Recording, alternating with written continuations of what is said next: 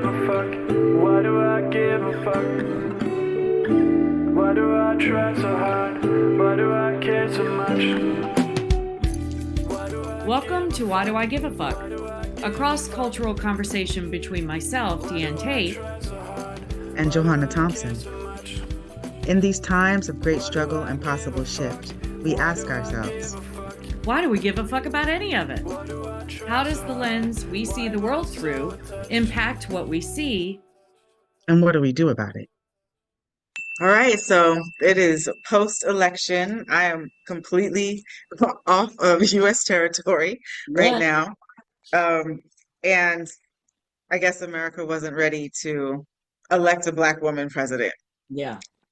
And you warned me. You've said on multiple, everybody here can you witness, you've said a couple of times that you didn't think this country was ready. And I at the time thought that maybe they were more ready than you thought, but we both you got proven right for sure. So Well, I'm just saying. I'm just saying. I'm just saying. And the reality of that, and like the conversation I was having the other day is that like white gaze that has always existed has shifted to like white glare. Oh, And yeah, interesting. and that is the difference is that we're in a space where we don't lower our eyes the same way. So How about there's that? going to be a lot of very interesting tensions that exist. That was one of the things that was becoming really prevalent for me. Yeah. Um, that made me want to be like, yeah, no, because I have to work at being peaceful. I have to work at it. It's Yeah. it's like look for it. It's every morning getting up with practice and with intention and with breathing and with like, okay, I'm going to be engaged in a way that I know is going to be violent to me all day long, every day. And so, you know, yeah, like, yeah, it's an intentional practice to be non-responsive to violence in the way that your natural body expects you to. Yeah. However you fall in your response scale, right? And my response scale is fight. And so Okay. I have to be in the practice of not. And so it makes more sense for me not to be on US territory right now. Hey, I get it. I get it. Yeah. I'm curious, I mean, my response to that your first intro is that, people that look like me don't know how to manage that. And I've also been hearing, especially white women, lamenting about it, like they're just getting a clue about what that might feel like. What? Because I Trump don't, I said, can't, what? I know, it's bullshit. It's total bullshit. And I heard, I don't understand the whole white woman thing. And then maybe there's some enlightenment that you can offer. And I, I am like intentionally cutting you off because this is like it is a a a very what it was as such an insid even from the woman that did the post.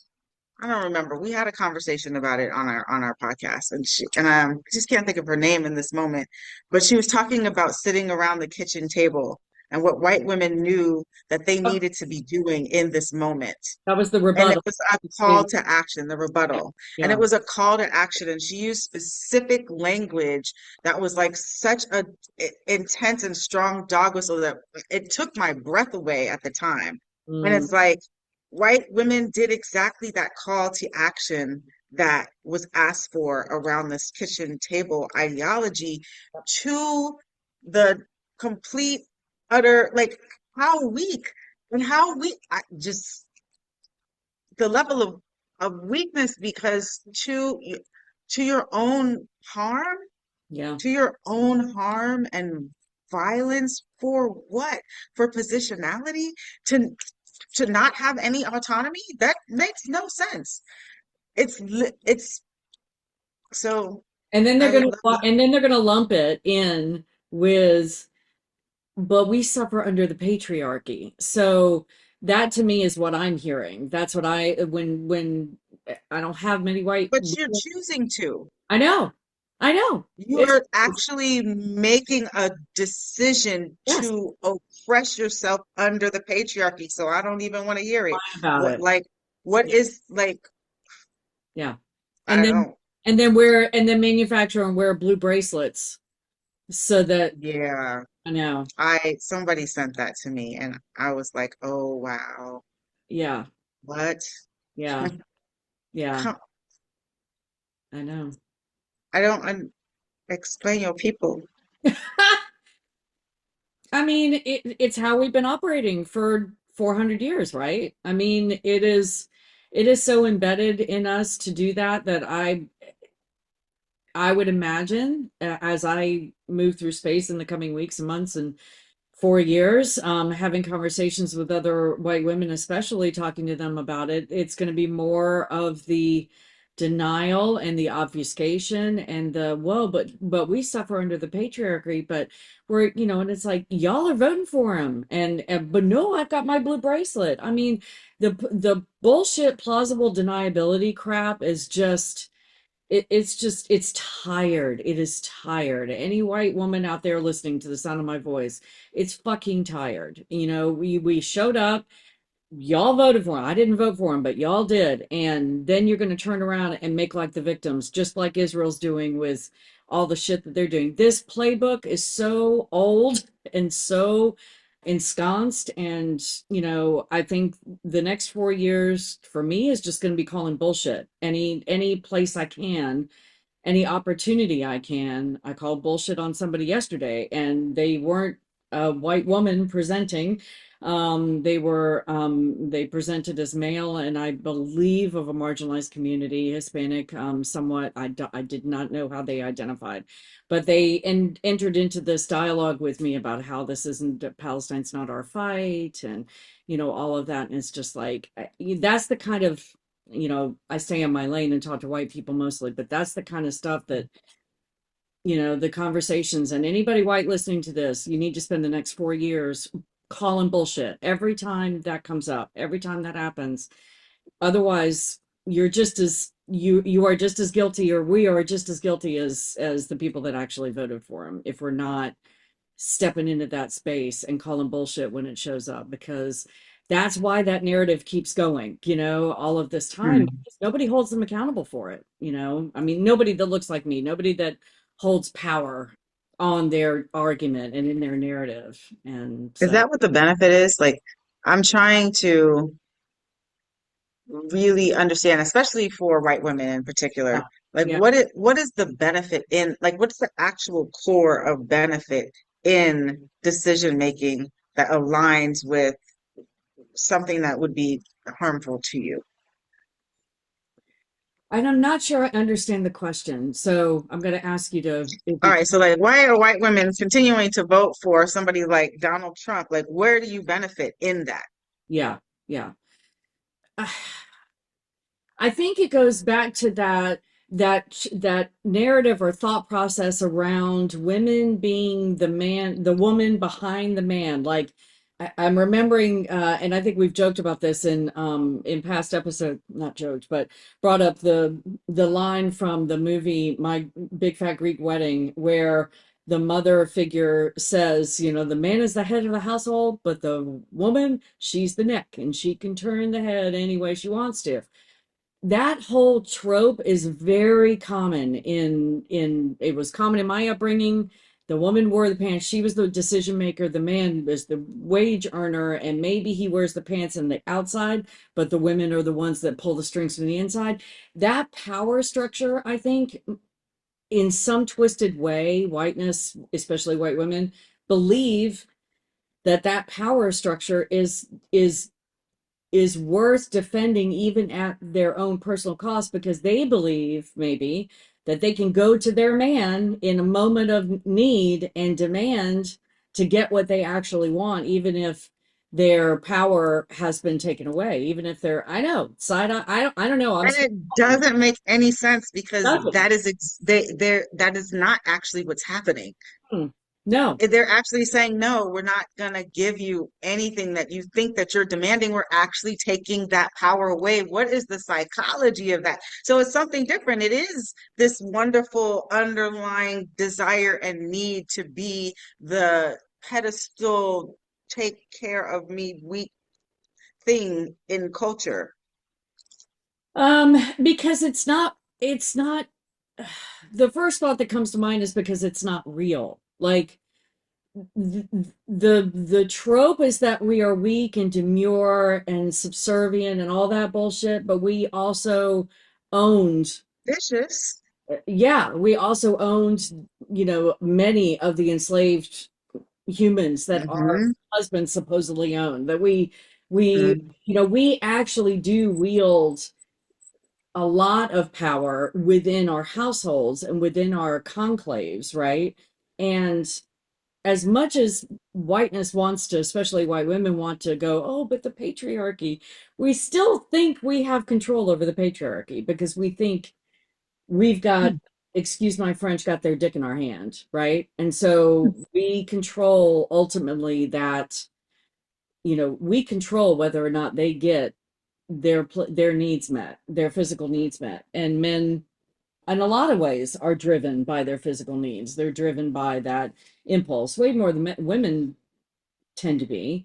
And women think that that's a control factor. I don't know. I mean, I'm with you that it's like you are actually voting your the sanctity of your autonomy away, and white women on large don't think that's true.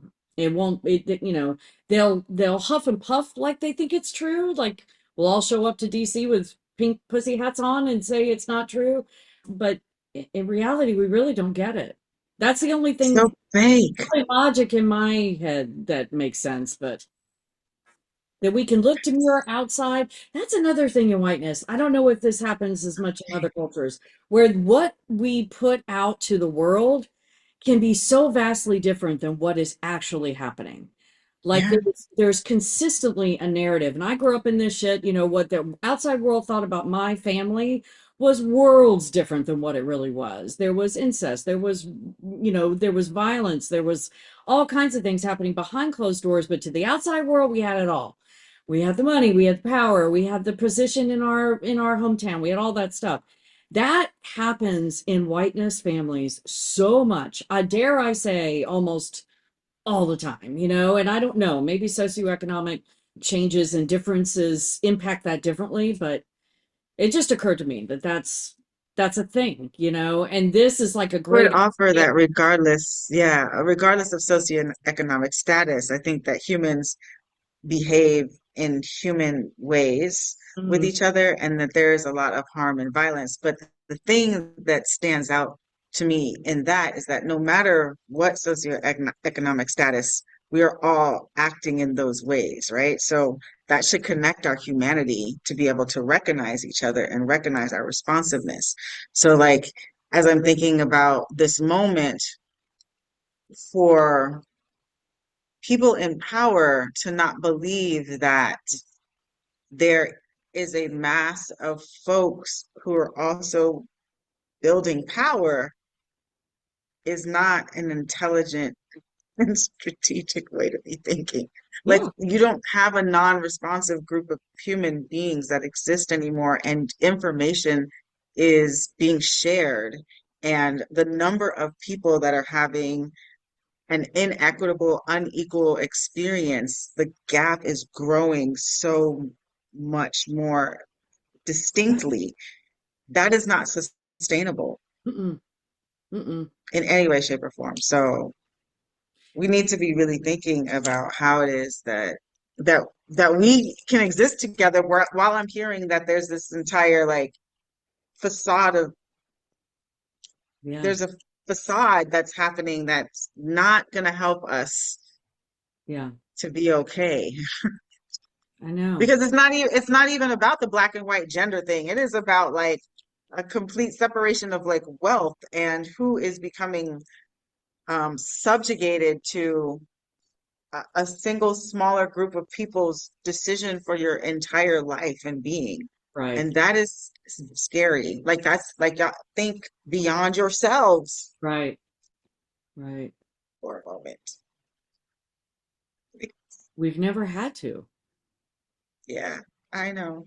The disconnect, and I've been kind of not kind of processing this and getting deeper and deeper into the understanding of this, the disconnect as we watch what's happening in Palestine live stream on our phones, and yet we're going to act like that's not happening. And the disconnect with humanity to me is at the root of what you just described, that incapability or unwillingness, because incapability sounds like we're not culpable for it, or not responsible for it. We absolutely are.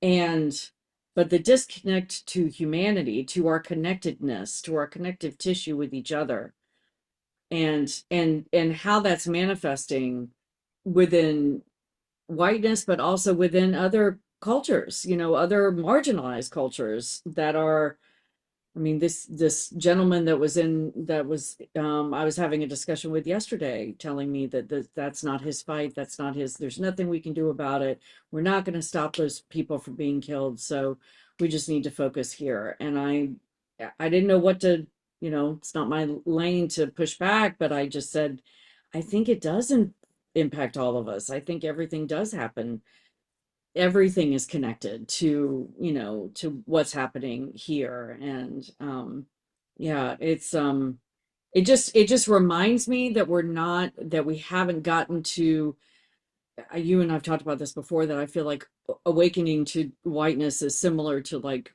realizing you're an alcoholic and getting sober. And you have to unpack, you have to work on that for the rest of your life. I'm an alcoholic. I've been in recovery for 30 years, but I could pick up a drink tomorrow, today. It's always there.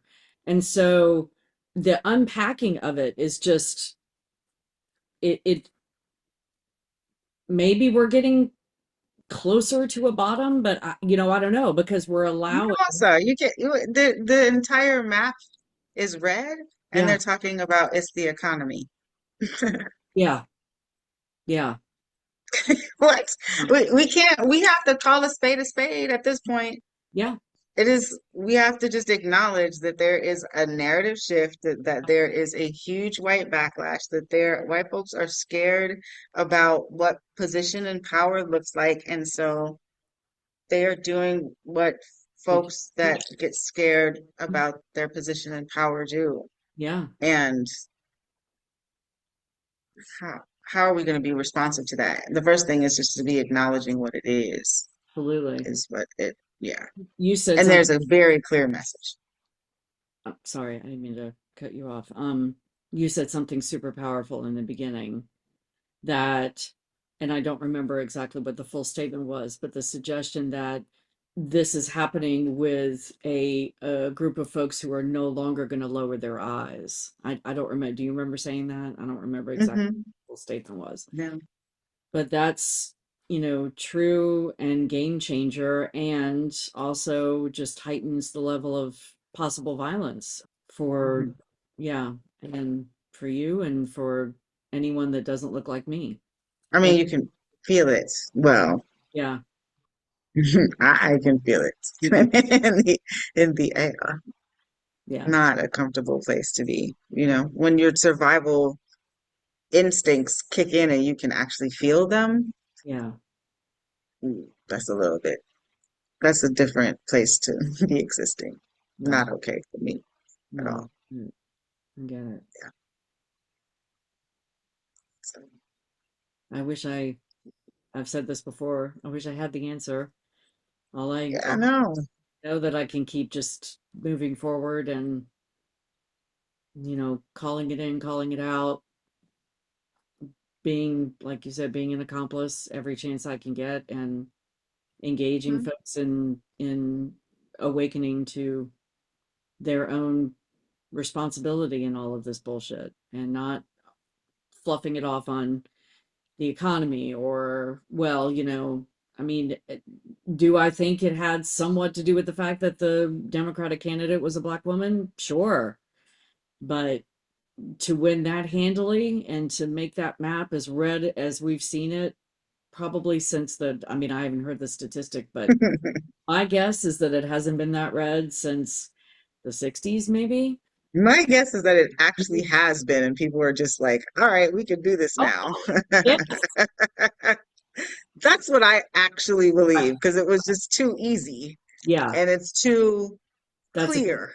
that's a great point. Uh, Well, it's too easy and too clear and too like absolutely in your face and bold, and this is what it is and this is what it's going to be right. now, y'all. And And are but you on that this party? And then everybody was like, yes. Everybody was on it though. Like they already were. I mean, everybody had, there's a lot of folks that are on it, even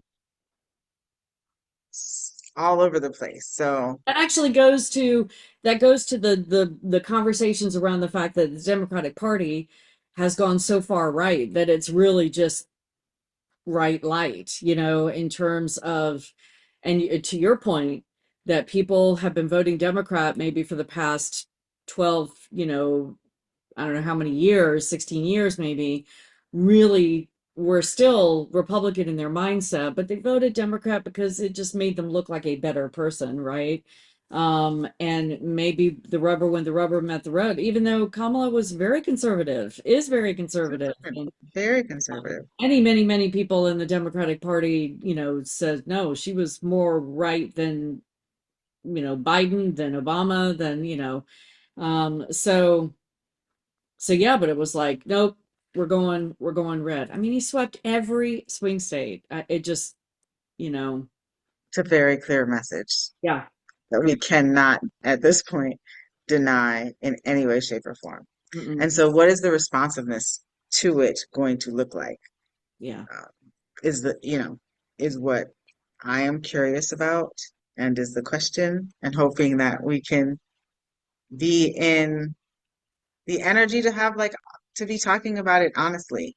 I think yeah, that's going to be one of the things that's going to reduce some of the temperature, mm-hmm, you know, yeah, because you can't sit in a room and something and it not be called into right, it's not the elephant, it's not an elephant in the room anymore. It like has to actually be addressed, and it probably will be addressed because folks are exhausted, yeah, yeah. exhausted. It's exhausting Not going to be and addressed by the ridiculous. blue bracelet. Those of you who might be listening, look down at your wrist, No. blue bracelet. Mm-mm, take it off. Mm, That's not the bullshit. mm, We did yeah, this. that's not what we're doing. We did this. So Yeah, we have a lot of work to do. yeah. Reach out and start talking to some other people in the world. Hmm. Like really. So, I think it would be important. Yeah, yeah. Well, you're back on your island, I which am. I'm sad for. I am. And I'm in the house. Like I'm in the house, so I don't know. A couple of people were like, "Ooh, y'all racist over there." Yeah. I got that response from this, like, "Ooh, I ooh, wanted blatant racism. I don't even know how to do it." Your beautiful daughters were with us on our live last week on election day. How are Yeah. they? How I mean, are they feeling? they're my children. We all had the same understanding about what the reality, we live in this reality and we're realists. Yeah. And so it wasn't like, oh, it was just like, mm-hmm. I think there's a sentiment coming from the community like, mm-hmm. Here's the thing, we are used to this. Mhm. So we have a different level of being able to manage through it. Mhm. It, Um, it's just being more obvious. yes, other folks are going to be a little bit more shocked about like what the realities of this type of stuff looks like. You know what I mean? Like when families are mixed now, and the possibility of your grandchild being told that they have to go someplace else, it's gonna hurt some people. Yeah, Do yeah, you know what I mean? Like there's some things that are gonna impact, somebody's gonna need some type of reproductive health care yeah, and are not gonna be able to get it. It's yeah. gonna hurt some people. It's gonna hurt some people, a lot of people, including folks. that are in the club. Mhm. And that's the unfortunate part because we're a diverse and intersectional community of humans at this point. And I don't know how white nation exists in the way that is dreamed. I don't either. I don't either. I think white people do need to hurt. We do need to feel clearly because we don't get impacted by watching other people's pain. We are so Okay. clearly hidden by it. I'm not calling for violence. I don't believe in violence. So let me just say that out loud.